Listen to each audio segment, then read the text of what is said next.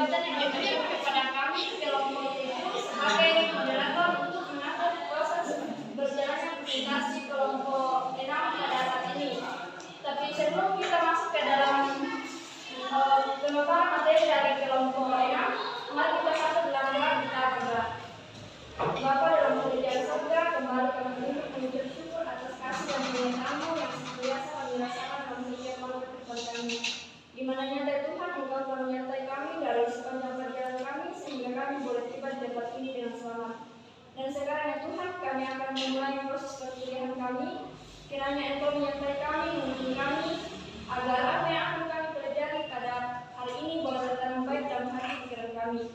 Bapa dalam kerajaan surga, inilah doa kami, dan kami bawa dalam nama Tuhan Yesus Kristus, itulah Tuhan dan Juru Selamat kami yang hidup. Amin. Kami bersilakan untuk mengatakan materinya. Terkait pada saat ini yaitu kita bilang membimbing diskusi kelompok kecil. Bahasa itu ada pada buku keterampilan mengajar di halaman 188. Kalian bisa mengikutinya. Di sini saya akan membahas pentingnya diskusi kelompok kecil, membimbing diskusi kelompok kecil.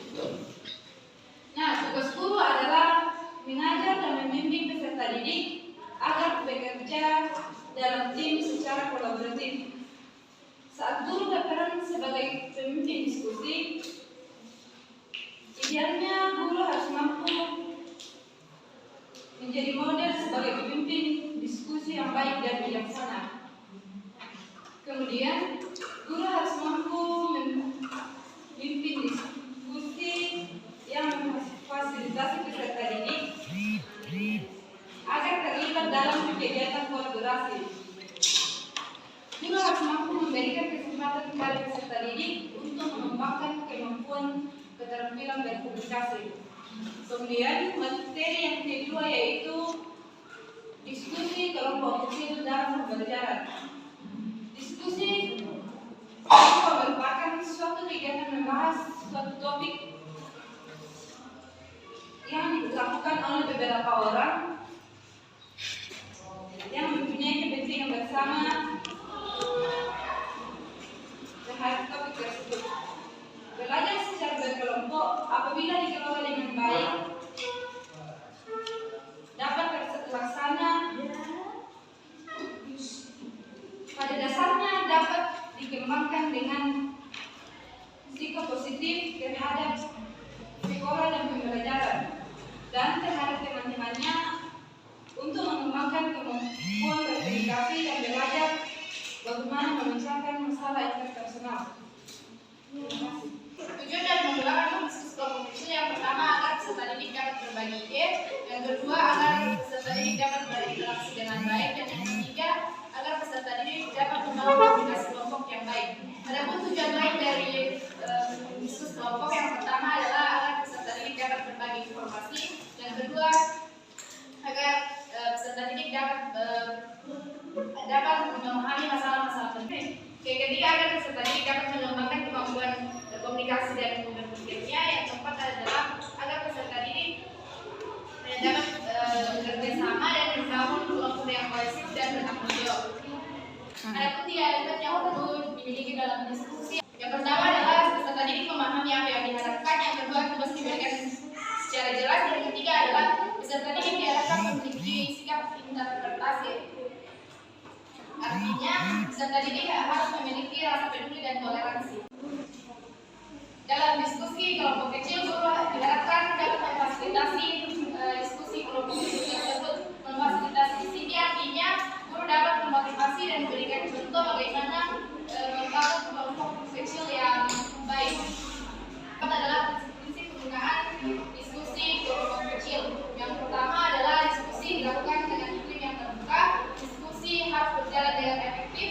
Diskusi digunakan untuk memanfaatkan keaktifan peserta didik. Yang keempat adalah menggunakan diskusi untuk mengurangi kelemahan dalam kelompok. Komponen keterampilan diskusi kelompok kecil. Ini ada beberapa. Yang pertama itu merumuskan tujuan atau topik pembahasan diskusi kelompok kecil. Yang kedua,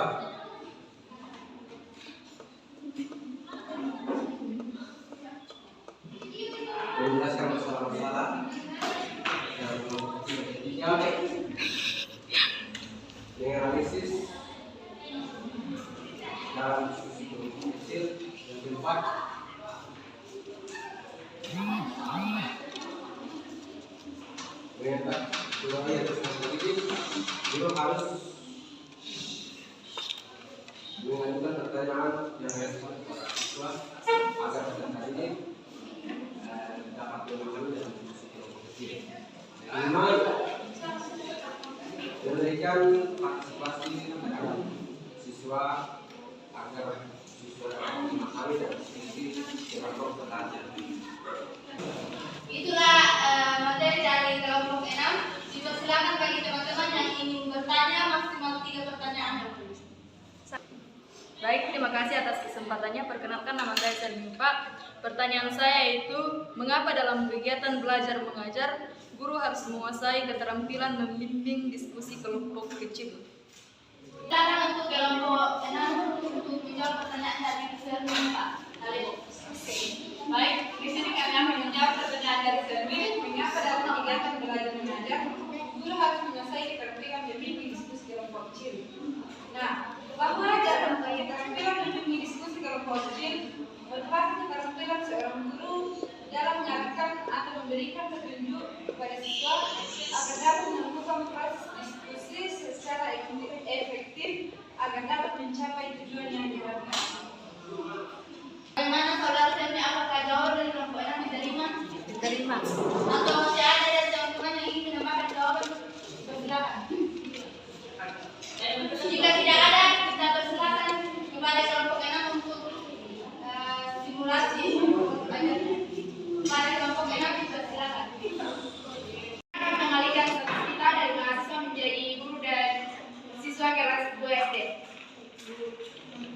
Selamat pagi anak-anak. Selamat pagi, Bu.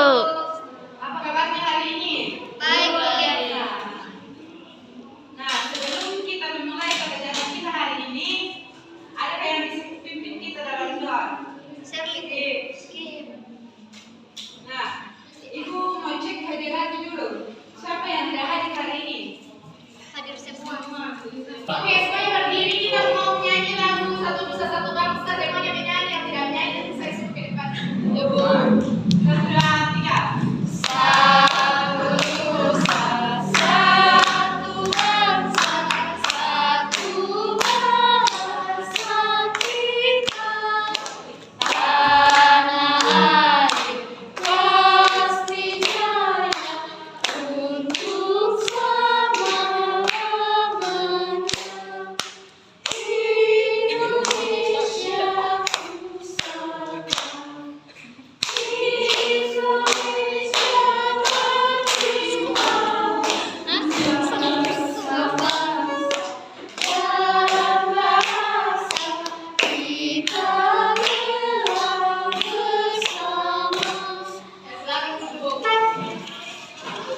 Pelajaran kita hari ini yaitu melalui mengamati gambar diskusi kelompok tentang simbol Pancasila, peserta didik dapat mengenali 5 simbol Pancasila dalam Garuda Pancasila dengan cepat.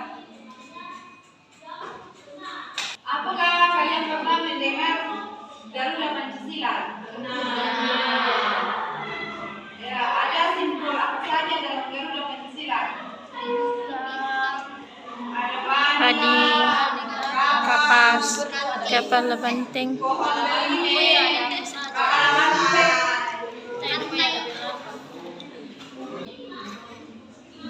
Ibu akan bagi 5 kelompok. Masing-masing kelompok akan mencari makna dari masing-masing sila. Satu sila, satu kelompok cari masing-masing makna dari sila tersebut. Perhatikan gambar yang Ibu pegang di sini. Bisa lihat? Bisa, Bu. Ada yang tahu ini gambar apa? Ini gambar apa? Burung Garuda. Ya, benar sekali. Ini punya bacaan mengenai 5 simbol Pancasila yang akan dibagikan ke masing-masing kelompok. Nanti akan dibaca secara bersamaan. Oke. Bacaannya sudah, Bu. Sekarang kita akan baca bersama-sama. Kalau sudah, mari kita baca bersama-sama. 1, 2, 3. Lambang negara kita adalah Garuda Pancasila.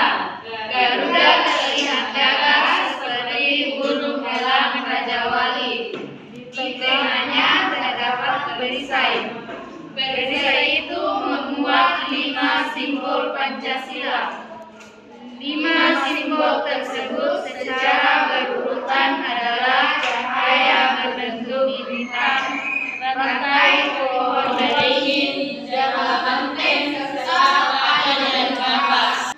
Simbol-simbol dan bunyi-bunyi Pancasila. Tugasnya yaitu mencari makna dari masing-masing sila tersebut. Nanti akan dipresentasikan di depan kelas. Bagaimana tugasnya? Sudah selesai? Sudah, Bu. Siapa yang mau maju ke depan untuk memaparkan hasil diskusinya? Coba Selvi maju.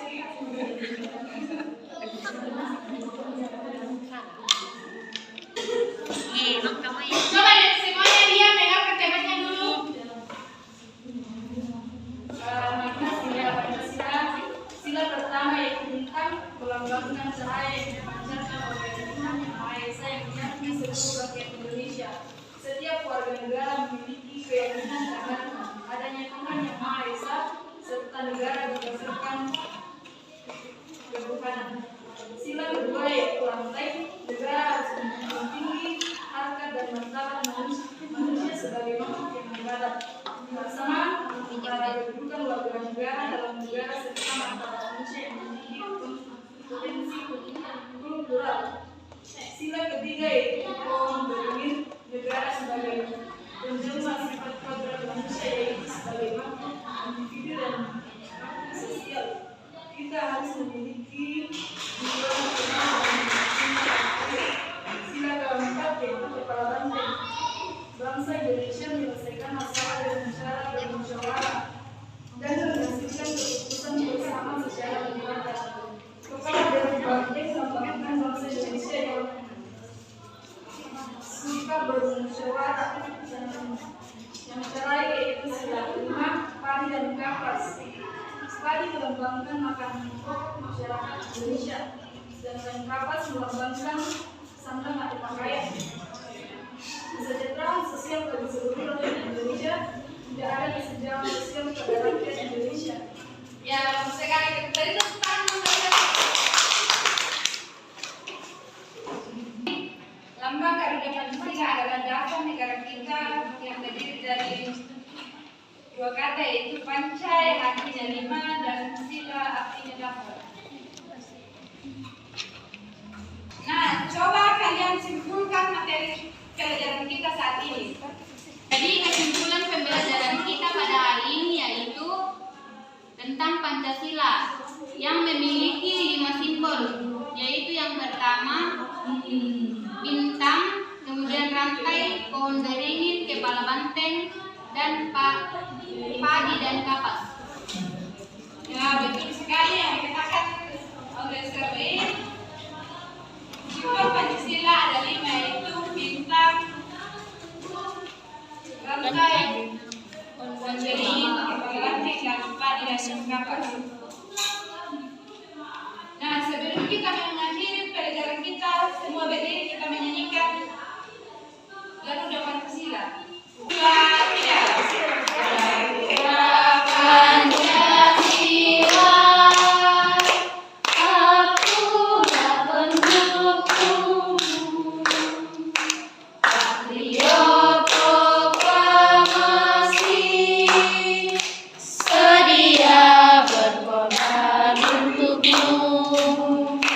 Pancasila dasar negara, rakyat adil makmur sentosa, pribadi bangsaku. Ayo maju, maju, ayo maju.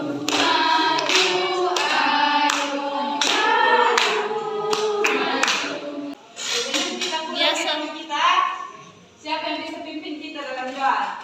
Sylvia. Sylvia, maju ke depan. Sylvia. Maju.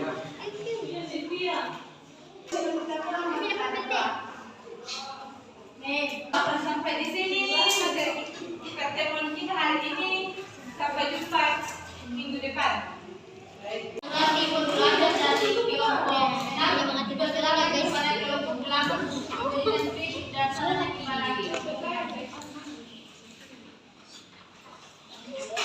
Memberikan saran dan kritik mulai dari presentasi kelompok 7. Kritik kami itu dalam presentasi mereka dalam menyampaikan materi tidak lancar karena kurang menguasai materi atau kurang menguasai persiapan sehingga kurang menguasai materi. Saran kami itu sebaiknya ada di banyak persiapan supaya bisa menguasai materi. Selanjutnya kritik kita kelompok melakukan simulasi. Pertama dari kritik kurangnya dengan diskusi kelompok sehingga sebagian siswa tidak fokus berdiskusi dengan temannya. Masalah kami itu seharusnya guru memantau setiap kelompok yang mengerjakan tugas agar siswa bisa diarahkan jika ada di antara siswa yang kurang mengerti dalam mengerjakan tugas.